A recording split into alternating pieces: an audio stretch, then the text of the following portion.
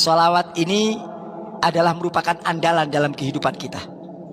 Sehingga para ulama mengatakan orang yang istiqomah di dalam membaca sholawat, pertama, sholawat tersebut menjadikan satu sebab turunnya rahmat Allah. Apa itu rahmat? Rahmat itu cinta kasih sayang Allah. Jadi kalau seseorang mendawamkan sholawat, maka Allah akan turunkan rahmat, cinta. Kalau orang itu sudah dicintai oleh Allah, maka segala sesuatu akan diberi kemudahan oleh Allah Ta'ala. Jadi sholawat itu merebut cintanya Allah. Sholawat itu bisa menggapai daripada rahmatnya Allah Subhanahu wa Ta'ala. Jadi yang menjadi satu sebab kita mendapatkan cinta kasih dari Allah itu adalah sholawat, ya. Menghapuskan dosa, menghapuskan dosa. Jadi kalau kita duduk kita baca sholawat, dosa-dosa kecil hilang semuanya. Dan Nabi yang mengatakan itu, Allah akan penuhi segala hajat kita. Kita ini sekarang baca sholawat tanpa kita sebutkan, ya, tanpa kita sebutkan daripada keinginan kita, hajat kita, nggak usah pakai disebutin. Sebutin terlalu panjang nanti, malaikatnya riwah juga nulisnya. Nggak usah disebutin. Pokoknya saya sholawat, ya Allah, mudah-mudahan hajat saya dikabulkan berkah sholawat. Tos weh, paling kecil doa kita apa, hajat kita apa, semua itu dikumpulkan oleh sholawat, diwakili oleh bacaan sholawat. Diwakili, jadi kita nggak usah sebutkan repot-repot. Biasanya kita kalau sholat doa kan nyebutin, ya Allah, minta panjang umur, sehat walafiat, minta uang, minta rumah, minta mobil. Wah, kebanyakan lah. Benar enggak? Salawat ini duduk aja, duduk, kita duduk baca sallallahu alaihi Muhammad, sallallahu alaihi Muhammad. Itu salawat akan mengumpulkan segala keinginan kita dan langsung dilaporkan ke Allah Ta'ala. Masya Allah, ya. Ini luar biasa, ya. Salawat ini satu amalia, ya, yang akan mensegerakan untuk digabulnya sebuah doa. Jadi hajat kita dipenuhi oleh Allah Subhanahu wa Ta'ala, ya. Segala kita punya keinginan. Kemudian juga dikatakan sholawat itu menghilangkan segala problematik kehidupan. Kita ini kadang-kadang kan banyak masalah, Bu, ya. Banyak kesulitan, ya. Banyak kendala dalam kehidupan ini, ya. Karena setiap manusia ada yang begitu semuanya, ya. Sholawat ini adalah merupakan jalan pintas, ya. Jalan pintas untuk apa? Untuk segala kesulitan itu akan dipinggirkan oleh Allah Ta'ala. Rasain, ya, rasain betul ketika kita baca sholawat, nanti kesulitan demi kesulitan itu akan dikikis ke Allah Ta'ala. Sehingga ketika kita menghadapi semua kesulitan itu di hadapan kita, orang biasanya kalau sulit mendapatkan satu masalah, buru-buru mau senyum, mukanya cemberut. Ya, kenapa? Bawaannya sumpek, kan begitu. Bawaannya banyak pikiran. Tapi orang-orang ahli sholawat nggak ada itu bahasa itu. Walaupun di depannya itu ada kesulitan, dia nganggap kesulitan itu seperti tidak ada. Bahkan Allah berikan satu kesenangan, satu kegembiraan ketika kita menghadapi kesulitan. Orang kalau menghadapi kesulitan kan nggak mungkin senang. Tapi orang yang baca sholawat, begitu dia ada kesulitan, dia tenang aja, jalan aja itu. Ya. Itu hebatnya sholawat. Dan nggak sampai di situ. Kesulitan itu dengan berkat sholawat akan dikikis oleh Allah Ta'ala, akan dihilangkan oleh Allah, satu persatu akan dihilangkan oleh Allah. Diganti dengan apa? Dengan segala bentuk kemudahan. Jadi segala bentuk kegampangan akan diberikan oleh Allah Subhanahu wa Ta'ala. Dan juga dikatakan di sini bahwasanya sholawat akan bisa menerangi kita punya hati. Masya Allah, ya. Orang kalau sudah hatinya terang, hatinya sudah bercahaya, semua itu sumber kebaikan itu di hati. Sumber kebaikan itu ada di hati. Jadi kalau sudah hati kita bercahaya, yang menjadikan orang itu celaka, yang menjadikan orang itu bisa terpeleset, jatuh ke dalam perbuatan salah dan dosa, kenapa? Karena gelapnya hati. Lampu yang mati itu menjadikan orang jadi nubruk tembok, bisa nyungsrep, Kenapa? Karena nggak ada jalan. Walaupun dia tahu jalannya ke sana, tapi karena gelap, dia tidak akan bisa sampai kepada tujuannya. Jadi gelap itu menutupi segalanya. Itu kalau gelapnya dunia, bayangkan kalau gelapnya hati.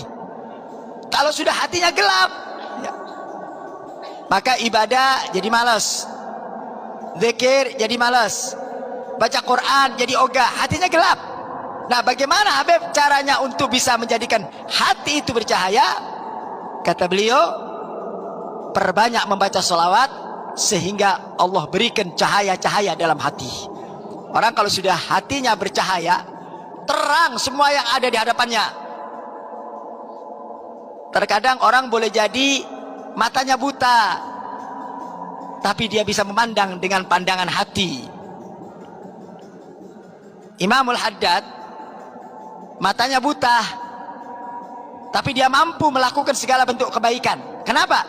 Karena hatinya diberi cahaya oleh Allah Subhanahu wa ta'ala. Nah, jadi sholawat ini adalah merupakan salah satu cara untuk menjadikan hati kita bercahaya.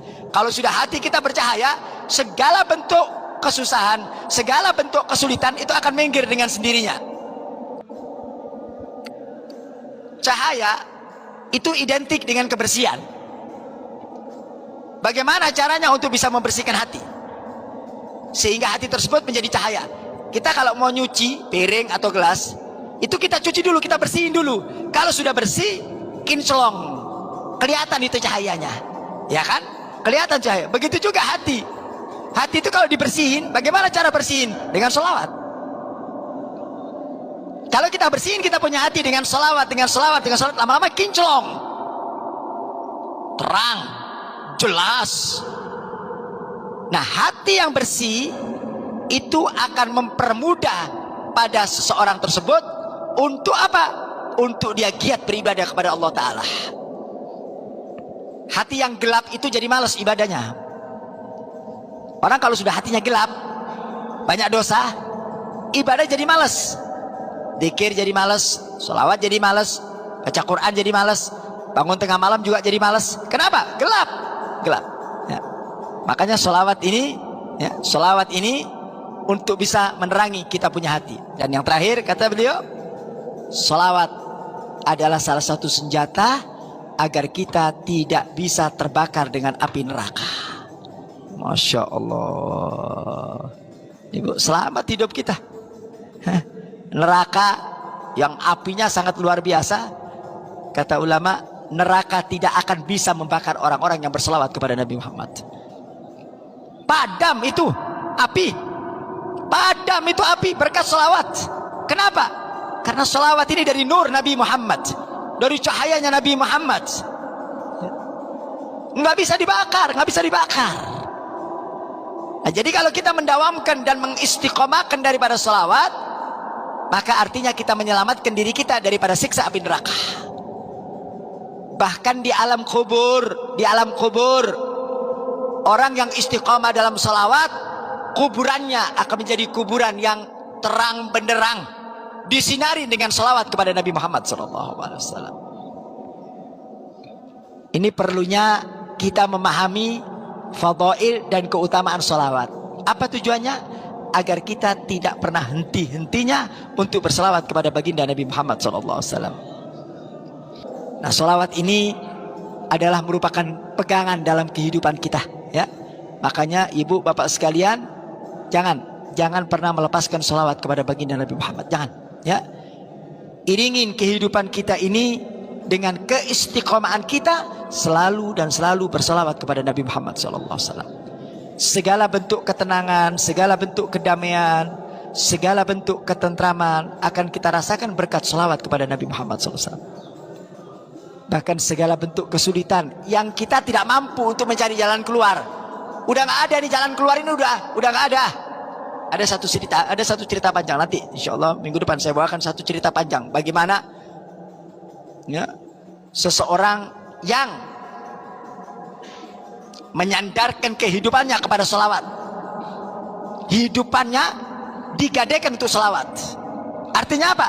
Tiada hari yang dia lewatin kecuali dia berselawat kepada Nabi Muhammad SAW. Dia gadaikan kehidupan ini dengan selawat. dia beli kehidupan ini dengan selawat. Segala bentuk kesulitan dia beli dengan selawat. Hancur itu yang namanya kesulitan. Hancur itu yang namanya ketidakbahagiaan. Dengan apa? Dengan selawat kepada Nabi Muhammad SAW. Jadi kalau kita memahami tentang rahasia selawat, demi Allah kita tidak akan pernah meninggalkan selawat kepada Nabi Muhammad SAW. Ini kuncinya, Pak. Kuncinya kita bisa mendapatkan rahmat Allah, mendapatkan keberkahan dari Allah, mendapatkan cinta dari Allah. Kuncinya lewat pintu Nabi Muhammad SAW. Kita akan mendapatkan satu kemuliaan dari Allah. Kuncinya itu. Karena Nabi Muhammad adalah orang yang paling dicintai oleh Allah Ta'ala. Jadi kita tidak akan pernah bisa mendapatkan cintanya Allah kecuali melewati pintunya Nabi Muhammad SAW. Nggak bisa. Nggak bisa. Sebanyak apapun ibadah yang kita kerjain, sebanyak apapun sholat yang kita lakukan, kalau kita meninggalkan sholawat kepada Nabi SAW, maka kita tidak akan pernah mendapatkan cintanya Allah Subhanahu Wa Ta'ala. Karena kita diakui sama Nabi itu dengan dasar cinta. Nah, bukti daripada cinta adalah sholawat. Manakala sholawat itu kita baca, itu menjadikan sebab kita dicintai oleh Nabi. Kalau kita sudah dicintai oleh Nabi, maka urutannya kita akan dicintai oleh Allah Ta'ala. Jadi sholawat ini membuka mahabbah kita dengan Allah Subhanahu Wa Ta'ala lewat baginda Nabi Muhammad Sallallahu Alaihi Wasallam.